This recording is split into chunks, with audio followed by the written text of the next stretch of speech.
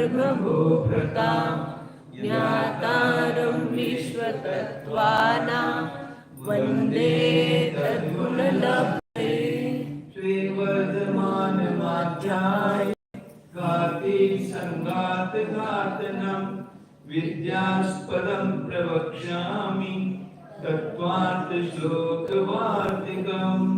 पंच परमेश्वरी भगवान की देवादिदेव श्री आदिनाथ भगवान की परम पूज्य आचार्य श्री उमा स्वामी जी महाराज की परम पूज्य आचार्य श्री विद्यानंद स्वामी जी महाराज की परम पूज्य आचार्य श्री शांति सागर जी महाराज की परम पूज्य आचार्य श्री सन्मति सागर जी महाराज की परम पूज्य आचार्य श्री अभिनंदन सागर जी महाराज की परम पूज्य आचार्य गुरुदेव सुंदर सागर जी महाराज की गुरुदेव समंत भद्र स्वामी की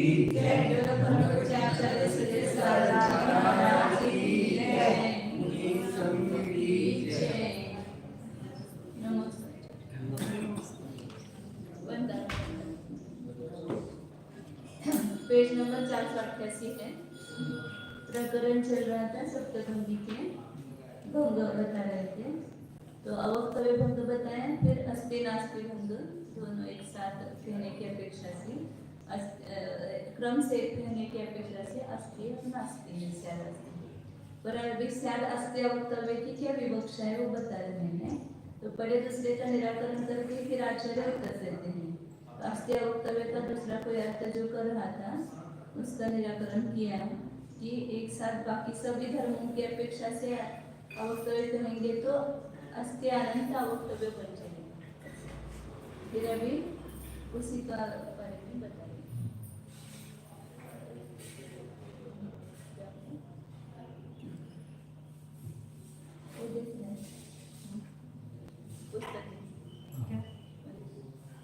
येन रूपेण वस्तु इति तेन तत्प्रतियोगिना च सह आक्रांतम् यदा प्रतिपत्तुमिष्टं तदा अस्ति अवक्तव्यम् इति केचित्।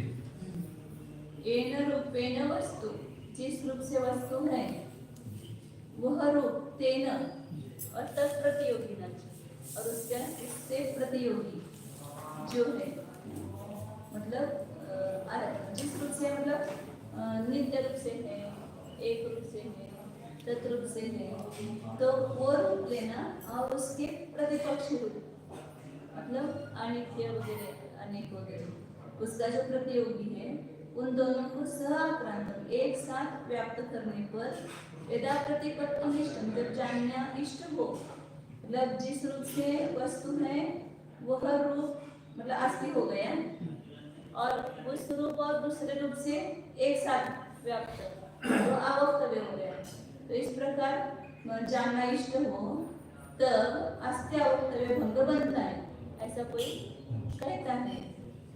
तो आचार्य कहते आगे तेपि यावद्भिः स्वभावे यावन्ति वस्तुनः अस्तित्वानि तत्प्रतियोगिभिः तावद्भिः एव धर्मैः यावन्ति च नास्तित्वानि तद्युगलैः सह अर्पितैः तावत् अवक्तव्यानि तावन्ति अवक्तव्यानि च रूपाणि ततः तावन्त्यः सप्तभंग्यः इति आचक्षते चेत् प्रतिष्ठति एव युक्ति आगम अविरोधात्। तेपि वे भी यावत भी स्वभावी जितने स्वभावों से यावंती वस्तु अस्तित्वानि वस्तु के जितने अस्तित्व है ज्ञान रूप है, आप जैसे विशेष रूप से है या सामान्य सब है ना, वस्तुत्व है, द्रव्यत्व है, एकत्व है, नित्यत्व है सब में लगेगा ना। इसलिए जितने स्वभावों से वस्तु स्वभाव के द्वारा वस्तु के जितने अस्तित्व हैं तत्प्रतियोगी भी तावत भी धर्म है और उससे उल्टे उतने ही धर्मों के द्वारा जितने नास्तित्व है तदयुगल ही उन युगलों से और उन युगलों के सह अर्पित है एक साथ अर्पण करने से तावंत वक्तव्यानि रूपाणी उतने अवक्तव्य रूप हो जाएंगे और ततः तावंते सप्तभंगी भंग्य और उतनी सप्तभंगियां हो जाएगी। यदि ऐसा कहते हो तो फिर युक्तर आगम से या अविरोध से सिद्ध हो गया। अस्ति अवक्तव्य भंग आप कहते हो कि जितने रूप है उतने रूप से अस्तित्व है और उससे प्रतियोगी के एक साथ कहने की अपेक्षा से अवक्तव्य है। तो जितने गुण या जितने स्वभाव होंगे उस रूप से है और अन्य स्वभाव रूप से नहीं है। ऐसे उतनी सप्तभंगियां होंगी तो सिद्ध ही हो गया। हम जो कह रहे हैं लाचार ने अपने मुख से उत्तर नहीं दिया, तुम ऐसा कहते हो तो ये बात प्रतिष्ठित हो गई, ये सिद्ध हो गया। इसलिए कि नास्ति नास्तित्व को लगा करके जितने धर्म है उतनी सप्तभंगियां होती है उस रूप से है और अन्य रूप से अवक्तव्य है। जिस स्वरूप करके वस्तु है उससे तो अस्थि है, किंतु स्वरूप करके और उसके प्रतियोगी धर्म करके घिरी हुई होकर के एक ही समय में समझाने के लिए जब इष्ट की गई है तब अस्थि अवक्तव्य रूप है। इस प्रकार कोई पांचवें भंग की पुष्टि कर रहे हैं। वे भी यदि इस प्रकार स्पष्ट कह देवें कि जितने स्वभावों करके एक वस्तु के जितने अस्तित्व रूप भाव धर्म हैं और उन धर्मों के प्रतियोगी रूप उतने ही स्वभावों करके जितने नास्तित्व रूप धर्म हैं उतने एक समय साथ विवक्षित किए गए उन अनेक युगल धर्मों करके उतनी संख्या वाले अनेक अवक्तव्य रूप हो जाते हैं और 3 अवक्तव्यों से उतनी संख्या वाली सप्तभंगियां बन जाती हैं। तब तो युक्ति और आगम से अविरोध होने के कारण उनका कथन प्रतिष्ठित हो ही जाता है, अन्यथा नहीं। भावार्थ वस्तु को अस्थि या एकत्व नित्यत्व आदि धर्मों से युक्त करते हुए और युग्म धर्म की साथ विवक्षा करने पर 5वां भंग बन जाता है। एतेन नास्ति अवक्तव्यम चिंतितम प्रत्ययम् स्याद् अस्ति नास्ति अवक्तव्यम च वस्तु इति प्रमाण सप्तभंगी सकल विरोध वैधुर्यात् सिद्धा। इस पर से अस्ति अवक्तव्य भंग सिद्ध हो गया, उसी से नास्ति अवक्तव्य इसका भी चिंतन हो गया, ऐसा जानना चाहिए। मतलब जिस रूप से है उसके विरोधी रूप से नहीं है और दोनों को एक साथ कहने की व्यवस्था से अवक्तव्य है। इस प्रकार नास्ति अवक्तव्य रूप सिद्ध हुआ। उसी प्रकार से अस्ति नास्ति क्रम से दोनों को कहने की अपेक्षा से अस्ति नास्ति और एक साथ कहने की अपेक्षा अवक्तव्य। इस प्रकार अस्ति नास्ति अवक्तव्य वस्तु है। इस प्रकार प्रमाण सप्तभंगी, ये सब प्रमाण सप्तभंगी बताइए यहाँ पर। प्रमाण सप्तभंगी सकल विरोध वैधुर्या, सभी प्रकार के विरोध से रहित होने से, वैधुर्य मतलब विदुर ऐसा बोलते हैं ना, विदुर किसको बोलते हैं?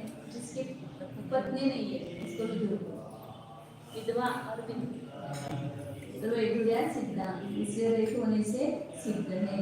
ये प्रमाण सप्तभंगी कैसे अभेद विचार किया, वो प्रमाण सप्तभंगी एक धर्म के द्वारा पूरी वस्तु को ग्रहण किया, मतलब अखंड रूप से ग्रहण किया, धर्म तक विवेक न करते हुए। पहला भंग अभेद वृत्ति से प्रकार दिखता है और दूसरे से लेकर 7वां भंग जो है वो पर्याप्त है, इसे वहां पर अभेद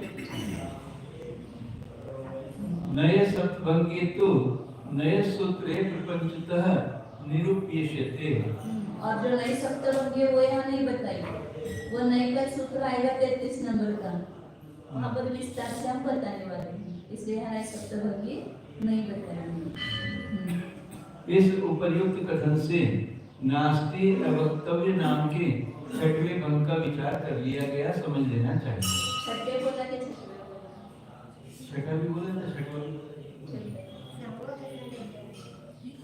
सांगितलं की नास्ति अवक्तव्य अशाला इथंच आता जे पहिला सांगितलं तेच नास्ति अवक्तव्य तव्यम चिंतितम प्रत्यय, म्हणजे मग 7 अस्ति नास्ति अवक्तव्यंच वस्तु 7वां।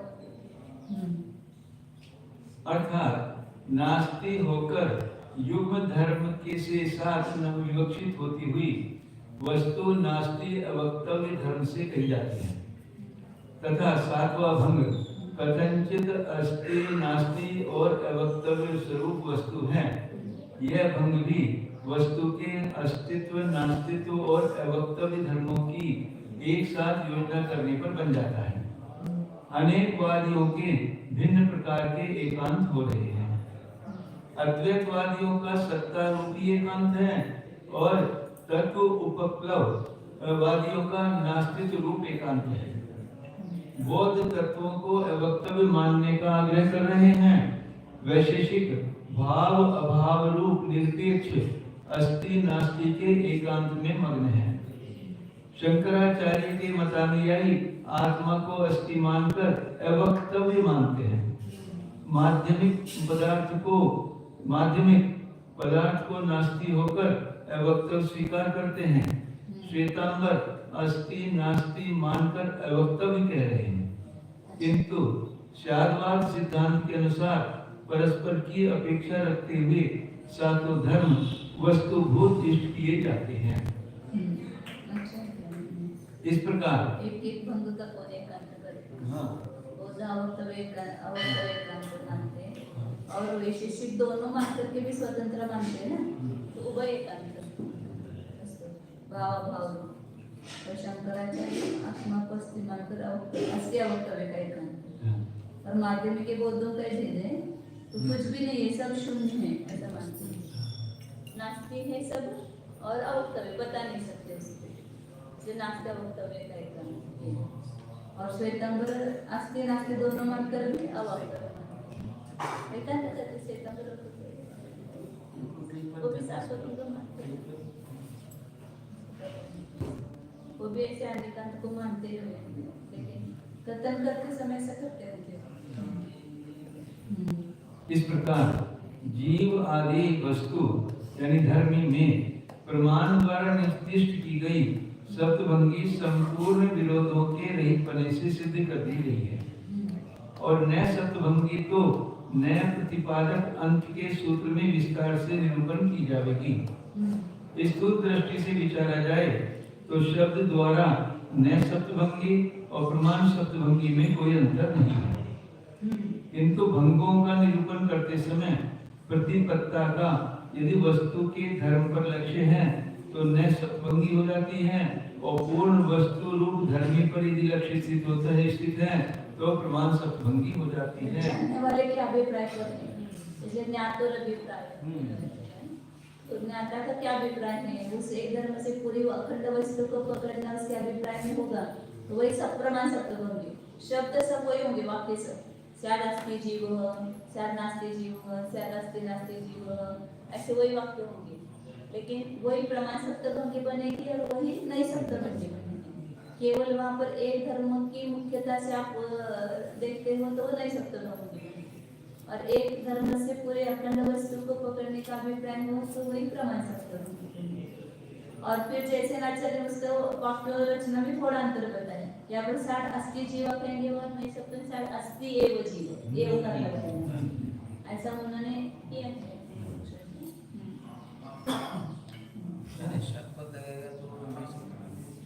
स्याट दोनों को लगेगा, प्रमाण सप्तभंगी में भी लगेगा और नई सप्तभंगी में भी लगेगा। स्याट नहीं लगेगा तो वो एक यही बने जाएगा ना,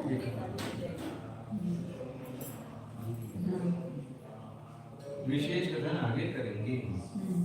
ततः परार्थ अधिगमः प्रमाण नैहि वचनात् आत्मवचनात्मभिः कर्तव्यः स्व अर्थ ज्ञानात्मभिः अन्यथा कासर्येन एकदेशेन च तत्वार्थ अधिगम अनुपपत्तेः। इसलिए वचनात्मक प्रमाण दो प्रकार के होते हैं, प्रमाण और नहीं, वचनात्मक और ज्ञान। जो वचनात्मक प्रमाण और नहीं है वे दूसरों के लिए, दूसरों को ज्ञान होने के लिए वचनात्मक प्रमाण नहीं से परार्थ अधिगम करना चाहिए। और ज्ञान जैसे उदाहरण दिया कि ज्ञानात्मक प्रमाण से स्व के लिए अधिगम किया जाता है, मतलब अपने ज्ञान में ही वस्तु का निर्णय करते समय प्रमाण और नय के द्वारा अपन वो निर्णय करते हैं, वहाँ बोलने की जरूरत नहीं है, वहाँ अपने प्रमाण और नय ज्ञान के द्वारा ही पदार्थ का निर्णय हो जाता है। तो वचनों से दूसरों के लिए अधिगम किया जाता है। नहीं तो क्या होगा, संपूर्ण रूप से और एक देश रूप से तत्वार्थ को जानने की उत्पत्ति नहीं होगी। प्रमाण का अवलंबन लेंगे तो पूर्ण रूप से वस्तु को जानने का वो उपाय है, और नय जो है एक देश रूप से वस्तु को जानने का उपाय है। यदि प्रमाण और नय के द्वारा वस्तु नहीं जानी जाएगी तो पूर्ण रूप से एक देश रूप से तत्वार्थ का ज्ञान नहीं हो पाएगा।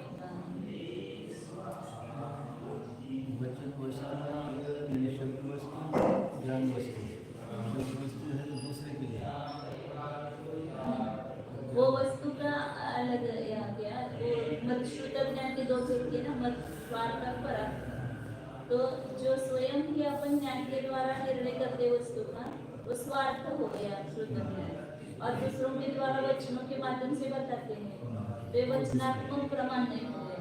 ये वचनात्मक प्रमाण नहीं परार्थ है, और ज्ञानात्मक प्रमाण नहीं ये स्वार्थ है, दूसरों के लिए अपने लिए वह वचन प्रयोग करने की जरूरत नहीं है।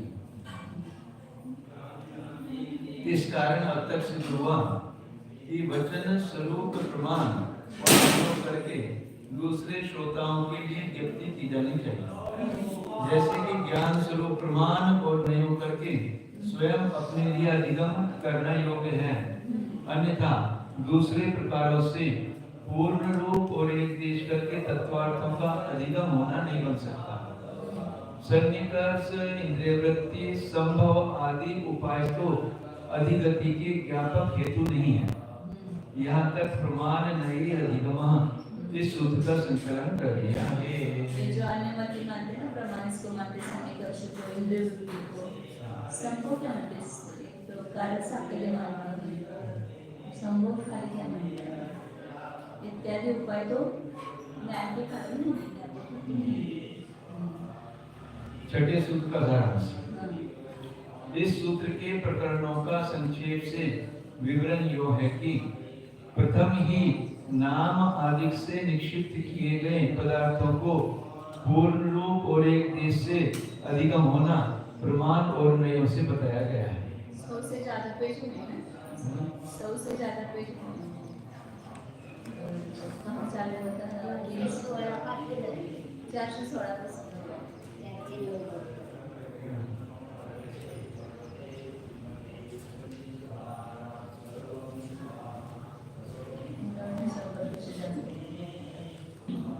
416 नहीं माता जी, नहीं 416 सूत्र कुठे आहे मग तेच म्हणालो तेवढं एवढं कमी कसं 316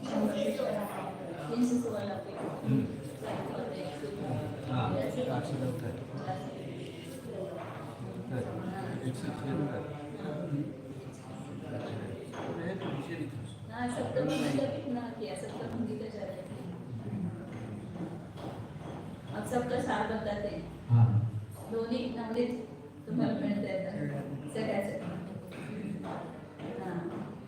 इस सूत्र के प्रकरणों का संक्षेप से विवरण यो है कि प्रथम ही नाम आदि से निक्षिप्त किए गए पदार्थों को पूर्ण रूप और एक देश रूप से अधिगम होना प्रमाण और नयों से बताया गया है। प्रमाण और नय ज्ञानों को अपनी व्यक्तित्व अभ्यास तथा अनभ्यास दशा में स्वतः प्रत्यय हो जाती है। नय की अपेक्षा प्रमाण को पूज्यपना है। नय ज्ञान प्रमाण रूप नहीं है और अप्रमाण भी नहीं है, किंतु प्रमाण रूप भी अप्रमाण है। हाँ, अप्रमाण करेंगे तो प्रमाण से नहीं सिद्ध नहीं होगा, और अप्रमाण रूप कहेंगे तो फिर वो समीचीन नहीं होगा। किंतु प्रमाणभूत शुद्ध ज्ञान का एक देश है, तैसे ही नय का विषय भी वस्तु है और अवस्तु न होकर वस्तु का एक देश है। वो इसका उदाहरण देता ना, समुद्र का बिंदु जो जल है जल का बिंदु तो समुद्र है कि असमुद्र है? तो असमुद्र कहेंगे तो फिर वो सब बूंदे मिलकर के भी समुद्र नहीं बन पाएगा ना। और उसको एक को समुद्र कहेंगे तो एक में ही सब कुछ समा जाएगा। तो वो समुद्र असमुद्र भी नहीं है, समुद्र भी नहीं, समुद्र का एक अंश है, एक देश। ऐसे जो ये निर्णय है वो ना अप्रमाण रूप है ना प्रमाण रूप है, प्रमाण का एक देश। उसके बाद आचार्यों ने अवयवी पदार्थ को सिद्ध किया है। बौद्धों के तदुत्पत्ति, तदाकार और तदध्यवसाय से विषय नियम मानने का खंडन किया गया है। ज्ञान निरंश और क्षणिक नहीं है, किंतु सांश और कालांतर स्थायी है। सत्य की क्षणिकत्व के साथ व्याप्ति नहीं है। बौद्धों के मत का खंडन हो चुकने पर ब्रह्माद्वैतवादियों के स्वतः सिद्ध हाथ लग गए तत्व का भी आचार्यों ने निराश कर दिया है। विशेष के बिना सामान्य रहता नहीं है। केवल अंश या अंशी को न ज्ञान जानता है, किंतु अंश और अंशी के समुदाय वस्तु को प्रमाण जानता है। वस्तु के संपूर्ण अंशों का कथन करने वाला प्रमाण वाक्य है और वस्तु के विकल अंश का निर्देश करने वाला न्याय वाक्य है। वस्तु के द्वारा प्रमाण के द्वारा वस्तु को जानकर उसके अंश को जानने में विवाद होने पर नए ज्ञान प्रवर्तता है। असंगी जीवों के नए ज्ञान की प्रवृत्ति नहीं है। श्रुत ज्ञान के विषय में ही नए की प्रवृत्ति है।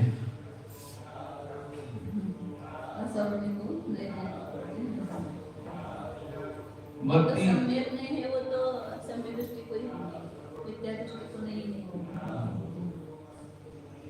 मति, अवधि, मनपर्य और केवल ज्ञान को मूल मानकर उनके विषय में नयों की प्रवृत्ति नहीं है।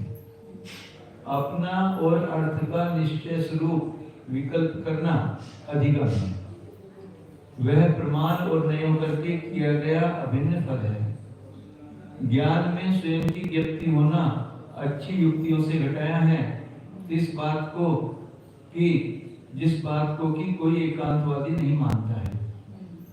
संवाद और असंवाद पने से प्रमाणपन और अप्रमाणपन व्यवस्थित हो रहा है। क्या बताए? ये बहुत महत्वपूर्ण है।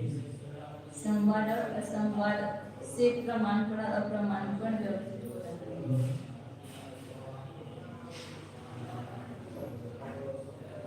मतलब जो जिसमें कोई विवाद नहीं है वो प्रमाण और वहाँ पर भी संवाद होता है तो अप्रमाण। प्रत्येक ज्ञान में उन्होंने दोनों सिद्ध किया, प्रमाण का अप्रमाण प्रत्येक ज्ञान में। जैसे स्व को जानने में सभी ज्ञान प्रमाण ही है, लेकिन पर को जानने की अपेक्षा से उसमें प्रमाण और अप्रमाण ऐसा भेद होता है। तो जो मिथ्या ज्ञान है वो भी स्व को जानने की अपेक्षा से प्रमाण ही है। जो मिथ्या ज्ञान है अपने को जानता है तो उसमें मिथ्यापना है क्या? नहीं, तो उसमें प्रमाण पड़ा है। और पर को जानना वही प्रमेय के जानने की अपेक्षा से उसमें अप्रमाण है।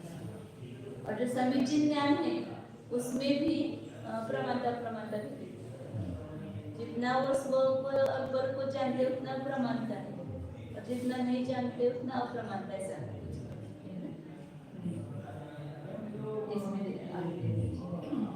विपर्य ज्ञान में स्वयं के लिए योग्य अर्थ का विशेष रूप से निश्चय नहीं। प्रमाण और नए रूप कारणों से अधिगम रूप फल कथनचित भिन्न है। यहाँ बौद्धों की मानी हुई प्रमाण फल व्यवस्था का और तदाकारता का खंडन कर ज्ञानावरण के विघटन से कार्य ग्राह्यपन सिद्ध किया है। प्रमिति का साधकतम होने से भाव इंद्रियां प्रमाण है। अज्ञान निवृत्ति प्रमाण का अभिन्न फल है तथा हान उपादान और उपेक्षा बुद्धियां प्रमाण से भिन्न फल है, किंतु एक आत्मा में होनी चाहिए। प्रमाण और फल के भेद और अभेद का अच्छा विचार किया है। ज्ञान स्वरूप प्रमाण और नयों से स्वयं के लिए अधिगम होता है तथा वचन स्वरूप या शब्द स्वरूप प्रमाण नयों करके दूसरों के लिए अधिगम होता है। मति आदि 5 ज्ञान है। अस्थि आदि 7 भंगों से प्रवृत्त रहा 7 प्रकार का शब्द है। प्रश्न के वश से 7 भंगों की प्रवृत्ति होने में कोई विरोध नहीं है। बौद्धों का माना हुआ शब्दों की योजना से शून्य स्वलक्षण पदार्थ कुछ नहीं है। प्रत्यक्ष प्रमाण सामान्य विशेषात्मक वस्तु को ग्रहण करता है। सदृश परिणाम रूप व्यंजन पर्याय ही शब्दों के द्वारा कही जाती हैं, सूक्ष्म पर्याय नहीं। किंतु उनसे अभिन्न द्रव्य का जैसे तैसे प्रतिपादन हो जाता है।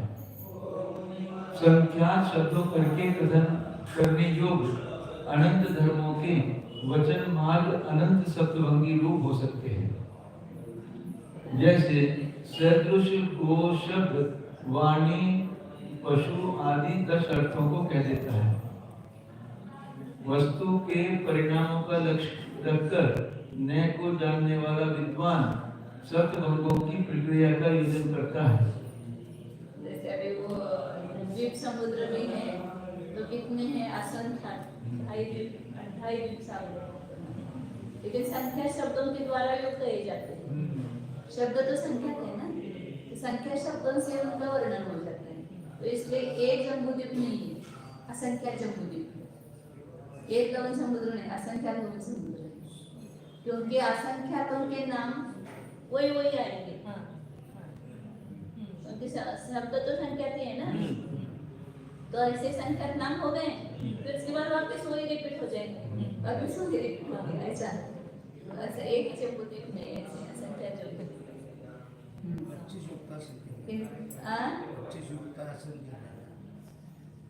25 कोडा कोडी पल्य मतलब 28 उद्धार सागरों को प्रमाण इतने द्वीप समुद्रों की संख्या। शब्द तो उतने नहीं है, इसलिए उन्होंने कहा ना यहाँ पर वो वाक्य, इसलिए मुझे याद आया कि शब्दों के द्वारा संख्या शब्दों के द्वारा संख्या शब्दों करके कथन करने योग्य अनंत धर्मों के वचन मार्ग अनंत सप्तभंगी रूप हो सकते हैं। संख्या शब्दों के द्वारा अनंत सप्तभंगियां कही जाएगी, तो एक नाम पुनः पुनः हो जाएंगे। 7 धर्मों में से कोई भी एक धर्म शेष 6 धर्मों से अविनाभाव रखता है। स्वरूप के ग्रहण और पर रूप के त्याग से वस्तुपन की व्यवस्था है। स्वकीय द्रव्य क्षेत्र काल भाव से वस्तु है, परकीय द्रव्य क्षेत्र काल भाव से नहीं है। वस्तु भूत कल्पित 7 धर्म 7 विवादों को पैदा करते हुए 7 प्रकार की जिज्ञासा के अनुसार 7 प्रश्नों के उत्तर स्वरूप 7 भंगों का निरूपण करा देते हैं। ये वाक्य बड़ा अच्छा है, मार्ग जमले ये इसमें भी आया था। स्वरूप के ग्रहण और स्वरूप के त्याग से वस्तुपन की व्यवस्था है। वस्तु का वस्तुत्व क्या है? अपने स्वरूप को ग्रहण करना, पर के स्वरूप को ग्रहण न करना, तभी वो वस्तु में वस्तुपना रहता है। यदि वस्तु पर को भी ग्रहण करने लगेगी तो उसका वस्तुत्व क्या रहेगा? इसलिए वस्तु का वस्तुत्व क्या है? स्वरूप को ग्रहण और स्वरूप का त्याग। न्यून अधिक भंग होने के लिए संभावना नहीं है। सब इन्हीं में गर्भित हो जाते हैं। दूसरे धर्मों की अपेक्षा से यदि प्रश्न उठाए जाएंगे तो दूसरी सप्तभंगियां यहाँ हो जाएंगी। इस प्रकार एक वस्तु में असंख्य सप्तभंगियां हो जाती हैं। कोई अव्याप्ति, अतिव्याप्ति, असंभव दोष नहीं आता है। अनिष्ट अर्थ की निवृत्ति के लिए वाक्य में अवधारण करना आवश्यक बताया है। एवकार से अनिष्ट अर्थ की निवृत्ति होती है। स्यात् अस्ति एव जीवः, तो अस्ति एव जीवः कहने से क्या हो गया? वहाँ पर एवकार लगाने से कि हाँ जीव उसको मतलब अन्य रूप से नहीं है, ये बात सिद्ध हो गई ना, अनिष्ट की निवृत्ति हो गई। तो अनिष्ट की निवृत्ति के लिए एवकार लगाना आवश्यक है। एवकार का महत्व होता है, एवकार नहीं लगाएंगे तो अनिष्ट अर्थ की निवृत्ति नहीं होगी। हाँ, समझे। अथवा कहना न कहना बराबर है। तीन प्रकार के एवकारों को पुष्ट कर निपातों को वाचक और द्योतक स्वीकार करते हुए शब्द का विधि निषेधात्मक अर्थ सिद्ध किया है। तीन प्रकार के एवकार कौन से माता जी? व्यवच्छेद,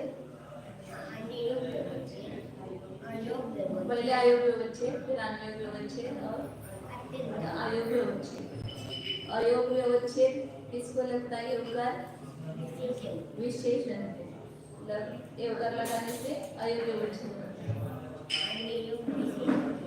विशेषण, और फिर आपको एवकार लगाने से अयोग व्यवच्छेद। यह विचार बड़ा चमत्कारक है। प्रत्येक वाक्य के द्वारा कोई न कोई पदार्थ व्यवच्छेद्य अवश्य होता है। सर्व ज्ञ आदि पदों का भी व्यवच्छेद्य अर्थ है। चारवार सिद्धांत के अनुसार सर्व व्यवस्था बन जाती है।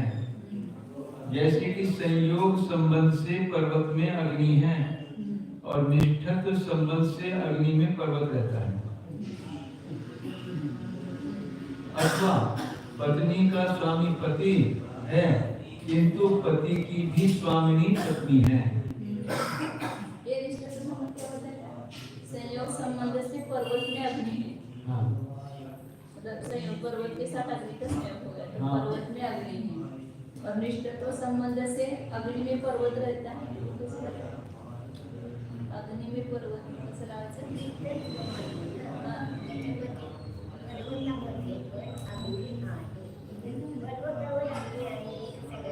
अग्निमध्ये पर्वत, अग्निमध्ये पर्वत, ते कसं लावायचं?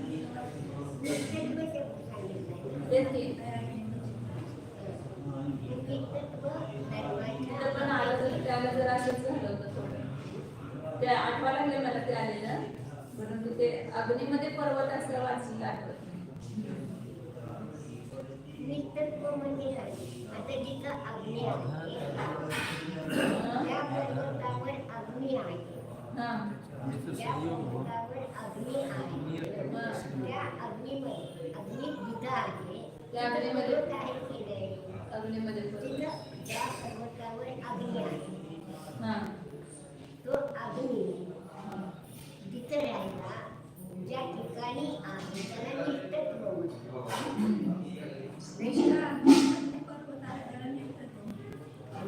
मग अग्नी जिथं राहायला हा अग्नी हा पर्वत आहे, त्या पर्वतावर हा अग्नी राहिला आणि तिथं करायला संबंध आहे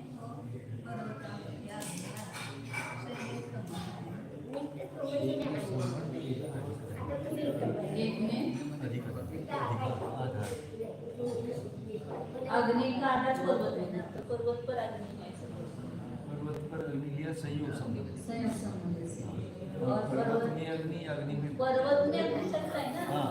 अग्नि में पर्वत ऐसा बता रहे हैं, अग्नि में पर्वत वो किस अपेक्षा से बताया था नहीं याद है।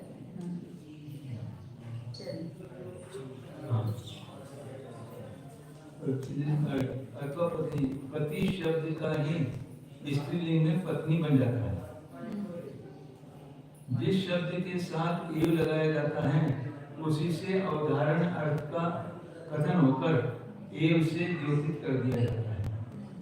अजीव की सत्ता करके भी जीव अस्थि रूप न हो जाए, इसके लिए चाकार का प्रयोग करना आवश्यक है।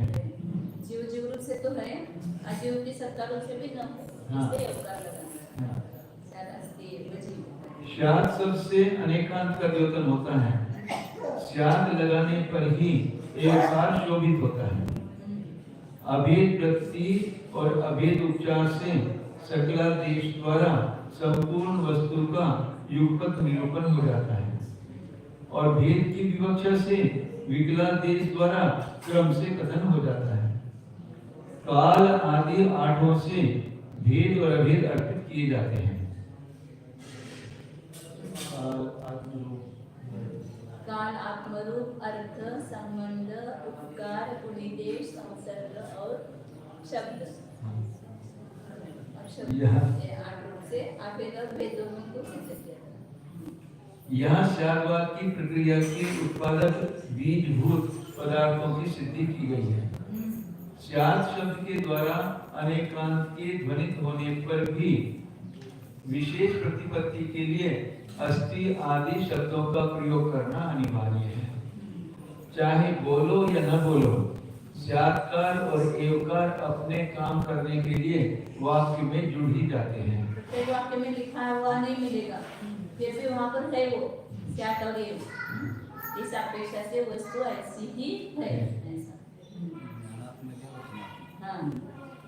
आगे सकलादेश और विकलादेश का निर्णय किया गया है। शब्द से कहा गया धर्म प्रधान है, शेष अर्थापत्ति से ज्ञायमान धर्म अप्रधान है। जो शब्द से कहेंगे वो प्रधान, अस्थि कहेंगे तो अस्थि प्रधान, और बाकी सब धर्म गौण। शब्दों के गौण मुख्य दोनों अर्थ अविष्ट हैं। सातों वर्गों में ऐसा लगाएंगे ना, भानास्त्रीय मुख्य, बाकी सब धर्म गौण, फिर अवक्तव्य धर्म मुख्य, बाकी सर्व गौण, फिर अस्थि नास्ति मुख्य, बाकी सब गौण। एक एक धर्म है, 7 धर्म मतलब एक एक धर्म है। चौथे आदि की में 2-3 अंश हैं। 2-3 अंश 2-3 है, लेकिन भंग एक है, मतलब धर्म एक है। मूल 2 भंगों के उन्नायक अनेक मार्ग हैं। जीव संख्या का उदाहरण देकर के बताया था, 2 संख्या है। हाँ। वो 2 संख्या एक ही नहीं है, हाँ, एक- लेकिन अंश 2 है उसमें। हाँ। 3 संख्या में 3 अंश है, लेकिन संख्या एक ही है। मूल 2 भंगों के उन्नायक अनेक मार्ग हैं। जीव और अस्थि में कथनचित भेदा भेद है। अनेकांत रूप अभेद्य किले में बैठे हुए त्यागवादियों के ऊपर एकांतवादियों की ओर से दिए गए संकर व्यतिकर आदि दोष आघात नहीं पहुंचा पाते हैं। एकांत रूप अभेद्य किला, अनेकांत कैसे किला है, अभेद्य किला है। इसमें बैठ जाओ तो कोई अपने ऊपर दोष नहीं आएगा, प्रत्युत भूषण बन जाते हैं। अनेकांत अनेकांत रूप ही है, यह भी एकांतिष्ठ किया गया है। विवक्षित नय से साधा गया एकांत भी अनेकांत का पोषक है। इन सिद्धांत सम्यक एकांत, सब ये विवक्षित नय से साधा गया एकांत मतलब सम्यक एकांत, वो भी अनेकांत का पोषक है। इन सिद्धांतों को आचार्य महाराज ने श्री समंतभद्र आचार्य के वचनों का प्रमाण देकर साधा है। मूल 2 भंगों की सिद्धि के पश्चात दोनों भंगों की युगपत विवक्षा होने पर अवक्तव्य भंग की पुष्टि की गई है। यहाँ एकांतवादियों की ओर से आए हुए उपद्रवों का श्रेष्ठ युक्तियों से निराकरण किया है। अपनी बुद्धि से गढ़ लिया गया भी कोई शब्द 2 धर्मों को एक साथ नहीं कह सकता है। यहाँ कोई भी ऐसा शब्द नहीं कि जो 2 धर्मों को एक साथ बता सके। कितना भी कल्पना करो तो भी नहीं सकते। क्या मुख्य रूप से यहाँ अवक्तव्य धर्म का बहुत बढ़िया व्याख्यान किया है। शब्द के द्वारा वास्तविक अर्थ छूना न मानने वाले सोगतों के प्रतिपादन प्रमाणों के असंभव का निर्णय हो जाने से वस्तु व्यवस्था सिद्ध की है।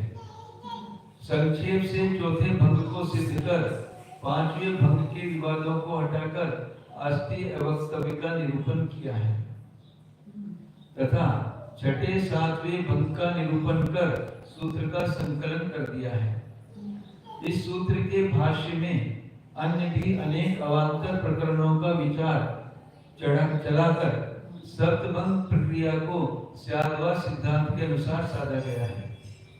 सहृदय प्रतिभाशाली विद्वान अनुमनन कर विशेष रूप से शास्त्र रहस्य को हृदयंगत कर सकेंगे।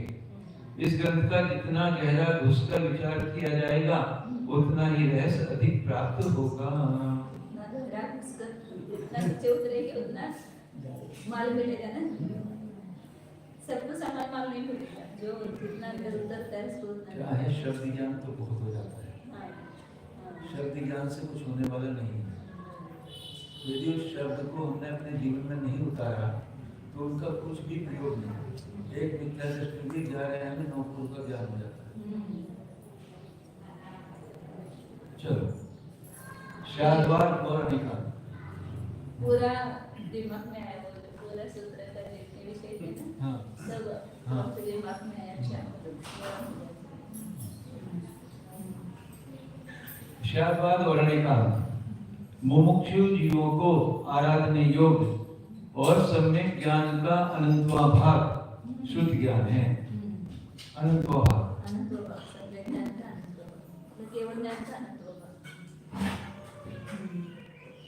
कितने अनंत अनंत करने आए हैं।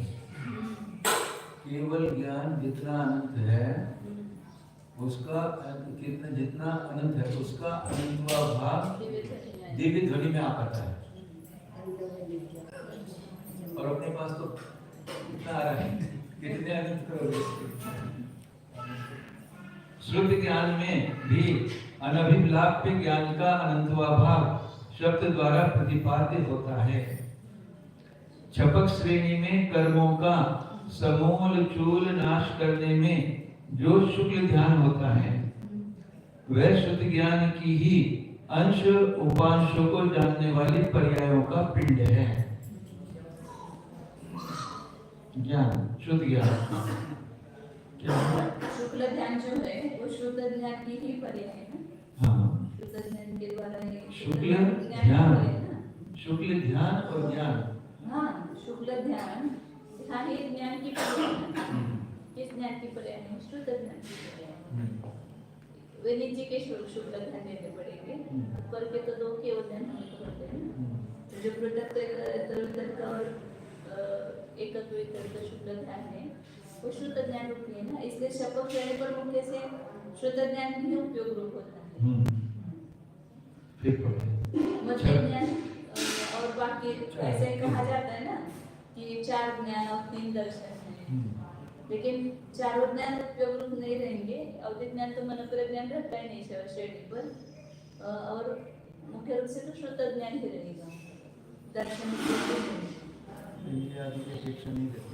हाँ, हाँ, सर्वभाव की अपेक्षा से पता है।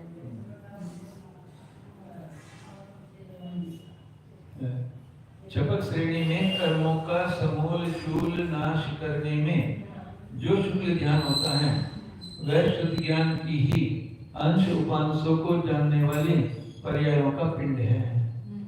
शुद्ध ज्ञान को भी तो केवल ज्ञान की पर्याय कहा।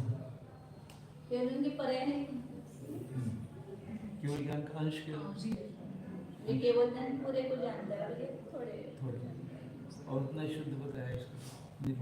हाँ। मति, अवधि और मन पर यह ज्ञान कर्म क्षय करने में समर्थ कारण नहीं है। हाँ, शुद्ध ज्ञान रूप सहस्त्रधार खड्ग ही घाती कर्म शत्रुओं का नाश कर कैवल्य साम्राज्य लक्ष्मी का अव्यवहित रूप से संपादन करता है। केवल ज्ञान के पूर्व कौन सा ज्ञान होगा? केवल ज्ञान ही शुद्ध ज्ञान ही उपयोग रूप होगा ना। पारयोग स्थान के अंतिम समय में जो शुद्ध ज्ञान है वही केवल ज्ञान का कार्य है।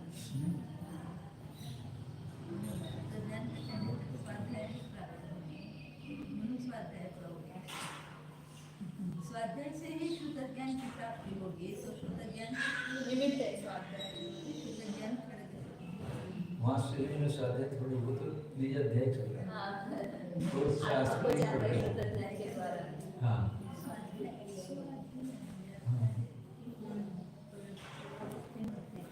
बहुत सुंदर। एक बार फिर। हाँ, श्रुति ज्ञान रूप सहस्त्र धार खड्ग ही घाती कर्म शत्रुओं का नाश कर कैवल्य साम्राज्य लक्ष्मी का अव्यवहित रूप से संपादन करता है।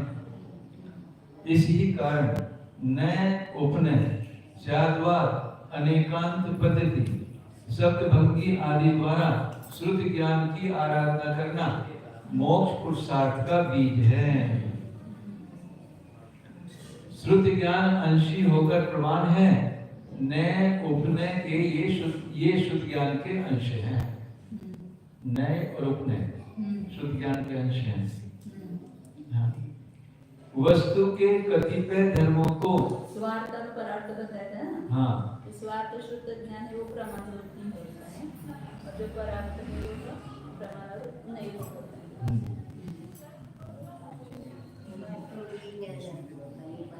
जे वचनात्मक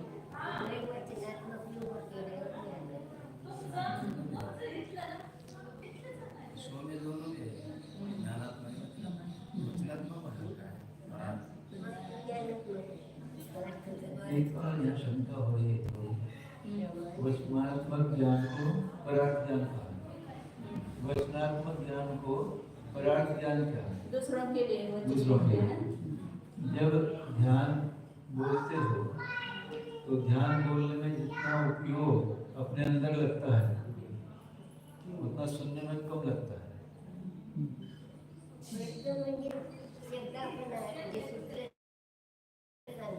हाँ हाँ अभी हम बोल रहे हैं हाँ तो पूरे सब शब्द हम स्वयं सुन रहे हैं। हाँ हाँ दूसरा कोई सुने न न सुने। हम स्वयं सुन रहे हैं। हाँ तो इसका उपयोग एक हाँ। और सुनने वाला जो एक बार सुन लेता है, एक बार तो उसका निकल भी जाता है। हाँ तो हमारे प्रश्न का उत्तर हाँ, नहीं है। इसलिए वो बोलने में ज्यादा एकाग्रता होती है, इसलिए विशुद्धि इसको फिर बढ़ती हम है। परार्थ कैसे करेंगे? वचन रूप शुद्ध ज्ञान परार्थ है और ज्ञानात्मक स्वार्थ है। अभी जो वचन रूप बोल रहे हैं हम, और उससे हमारे उपयोग की जो एकाग्रता हो रही है और उससे जो विशुद्धि बढ़ रही है वो स्वार्थ हुई नहीं हुई। वो विशुद्धि स्वार्थ हुई, लेकिन जो वचन के प्रयोग किया आपने दूसरे के लिए किया ना, आप स्वयं के लिए क्यों बोलते हैं? जो बैठ कर देते हैं। अभी हम ये उपदेश किसके लिए दे? दूसरे हम स्वयं पढ़ ले तो अपने मन में पढ़ लेते। आनंद आता ना? नहीं, अपने आप पढ़ लेते तो निकल जाता, क्या पता इतना दिमाग से। हाँ। तो उसमें वो अपना लाभ है, इसीलिए तो ये है ना, लाभकारी है इसलिए तो करते हैं। जब लाभ अपने को नहीं होता तो क्यों बोलते हैं दूसरों के लिए? उसमें अपने उपयोग की एकाग्रता ज्यादा होती है, इसलिए बोलते हैं। कई बार बोलने वाले से भी ज्यादा श्रोता फायदा उठा लेता है, तो इसलिए परार्थ भी कहते हैं उसको। इसलिए नए ज्ञान भी सिर्फ स्वार्थ और परार्थ है, ऐसा है क्या? प्रमाण ज्ञान नहीं तो स्वार्थ। वो तो दोनों हैं, दोनों की विवक्षा अलग है, प्रमाण की अलग है और न्याय की अलग है। ठीक है ऐसा। वचनात्मक आहे बा. प्रमाण पण दोन्ही घेतले. नाही शुद्ध ज्ञान प्रमाण श्रुतज्ञान प्रमाण आहे. प्रमाण आणि श्रुतज्ञानामध्येच लय होतं, बाकीच्या ज्ञानामध्ये होतच नाही. मग आता जे प्रमाण श्रुतज्ञान आहे ते मात्र ज्ञानात्मक आहे की वचनात्मक पण आहे? प्रमाण शुद्ध ज्ञान. हां जे वचन बोलणार ते नयच असणार. हां वचन जो होते वो नहीं है, भले प्रमाण सप्तभंगी आप बोलो, प्रमाण वचन बोलो, तो भी उसको नहीं कहेंगे. प्रमाण आपके सातवें चार्ट में दिया है ना वो, 7 नंबर से चार्ट मध्ये ते दिलेलं आहे ना मराठी. प्रमाण आणि नय दोन ब च्या खाली ते दिले ना, ते दोन्ही पण वचनात्मकच आहे. प्रमाण आणि नय. तो प्रमाण के भी वाक्य बोलेंगे वो नहीं हो जाएगा, और नए के जो बोलेंगे वो भी नहीं. हाँ, वो नए के माध्यम से ही कहा जाएगा ना उसको. एक एक वस्तु का वर्णन करेंगे, हाँ. इस प्रमाण को भी अब जैसे अवैध वृत्ति का एक नहीं हो गया ना, वो भले प्रमाण वाक्य है, हाँ लेकिन वो नहीं कहा नहीं, जाएगा. किस ने से? अभेद वृत्ति ने से। हाँ.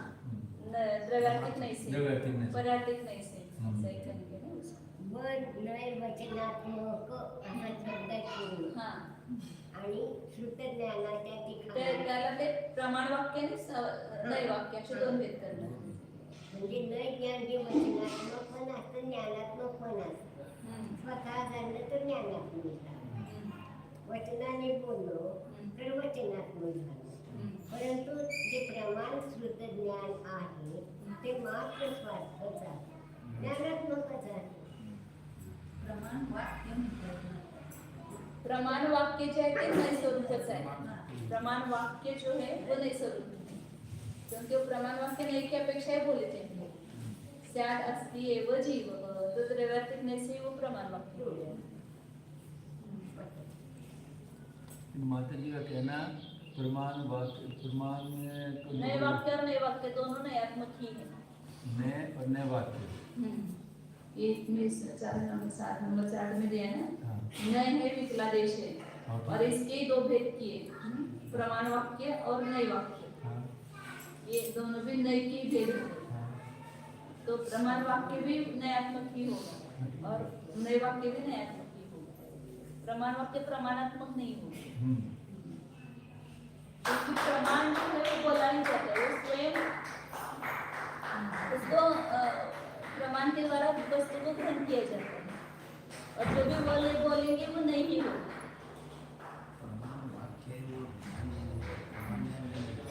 प्रमाण यानी वो नहीं ज्ञान है.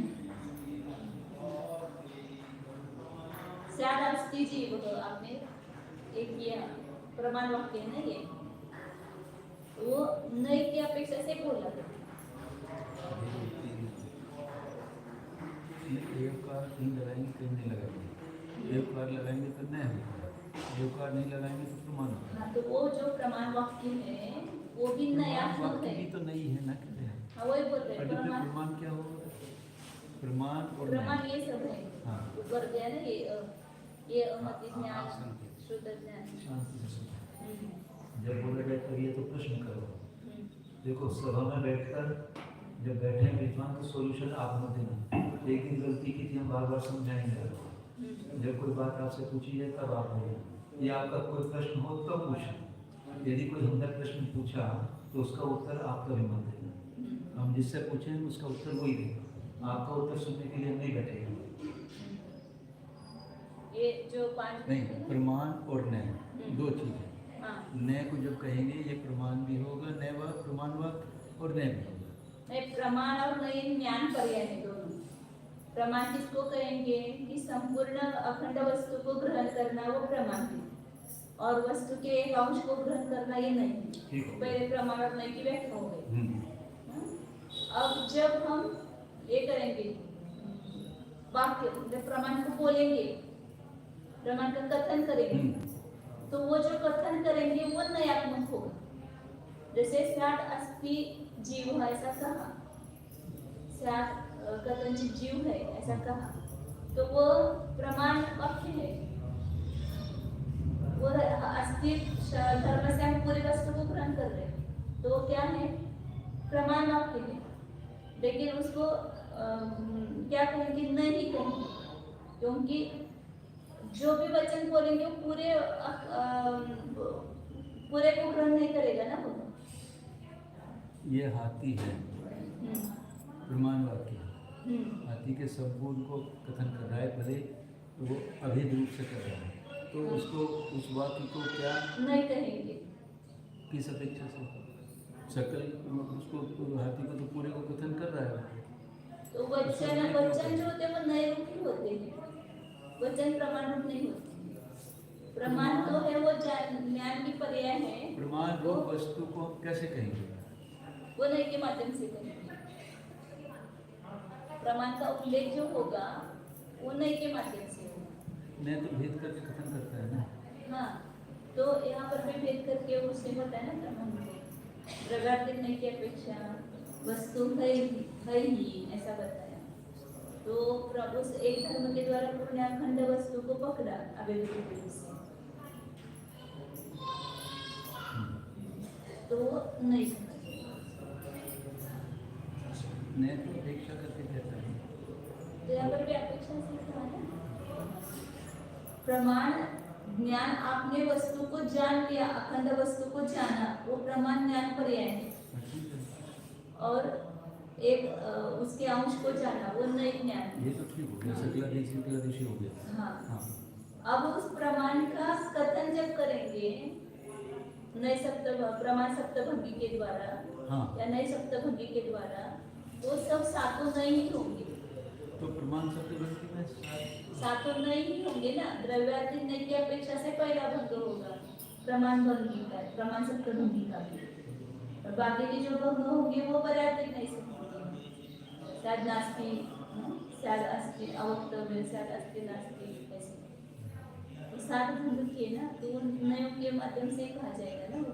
तो प्रमाण तो केवल ज्ञान क्रिया करेंगे हाँ, और जिसका कथन होगा न्याय के द्वारा ही होगा। नहीं होगा।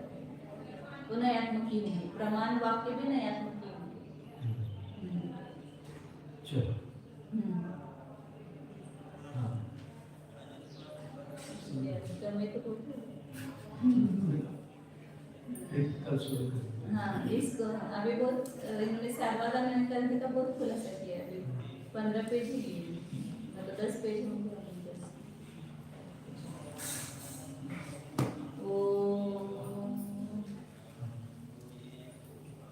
जानिए, यह मैं शुद्ध चैतन्यमय जीव ही हूँ, ज्ञान दर्शन संपन्न हूँ। अपने अभिन्न वस्तु को देखो। शब्द वस्तु को दिखा रहे हैं, तो शब्द के माध्यम से जो वस्तु दिखाई जा रही है उस वस्तु को जानो। है वो इसी शरीर में विद्यमान है, अपने अनंत गुणों से, अनंत शक्तियों से परिपूर्ण है। उसको अपने ध्यान का ध्येय बनाओ। यह अनंत धर्मात्मक वस्तु है।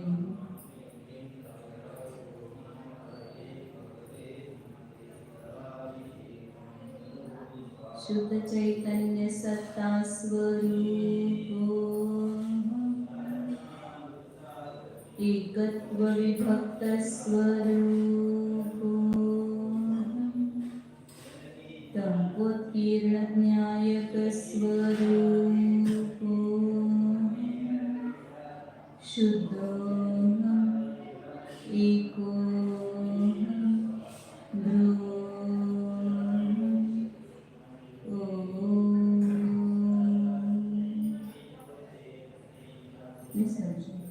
नमो अरिहन्ताय